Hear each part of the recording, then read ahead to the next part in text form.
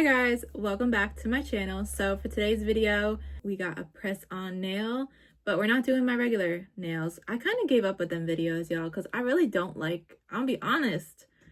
After all the press-on nail videos I did, I really hate them. I think I'm too rough with my nails. I know like if you do really good prep for the press-on nails, they will last, but I like my natural nails. I like being able to scratch stuff, you know. But anyways, I do like press-on toenails. I'm not the greatest at painting my toes, and you will never catch me getting a pedicure because I can't deal with somebody touching my feet. I did share a video last summer, I believe, of doing these.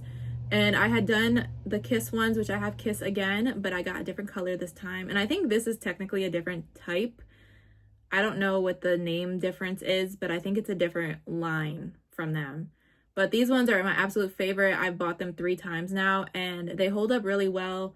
They're easy to apply. This is not sponsored. Let's get into it. These are the ones I got. They're the Kiss Gel Fantasy Toenails. Now the ones that I shared previously, they weren't these exact color, but I believe it was this version of the Kiss ones. This is the no glue petty. I don't know if these are made kind of differently, but I will say these pink ones, I wasn't impressed with them.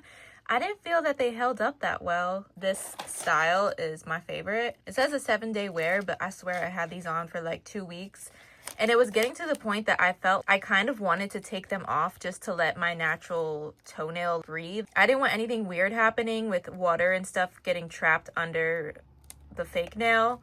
So I think there would be times that I took the nails off even though they were still holding on, just because I was like, I think maybe they're staying on for a little too long. So if I had to recommend, I definitely like these ones more. So let's get into it. So what's nice about this set though is that there's only 9 sizes shown on the front, but there's actually 11 total different sizes. I like that it gives you the option in case you have bigger nails, you have smaller nails. It also comes with a little file and a cuticle pusher thing. I'm just going and buffing my nails. I like to do this so that the glue, in my mind, I don't really know if this is true or if this is something I thought of, the roughness will grasp the glue better to make the nail stay on longer. I mean, when you do go get your nails done at a nail salon, you know, they have them looking rough. There's all this stuff that make you go and wash your hands because of how messy it gets. So that's ideally what I like to do here. Each nail has a number on it. It's kind of hard to see. On the bigger nails, it's on the back. And now I'm just going to try to find the right size for each toe. This is probably the most time-consuming part of this, just because you want to have the right size for each nail so that you don't have any of your natural nail peeking out from the side. I am going to leave the tops on them for now, which you can do at any time, but it just makes it easier to see which number goes on which toe. This pinky toe, that one's a little bit too small, so I'm gonna put that away. I've been talking about that other set that I tried. I felt that it didn't hold up as well. I forgot. For some reason, I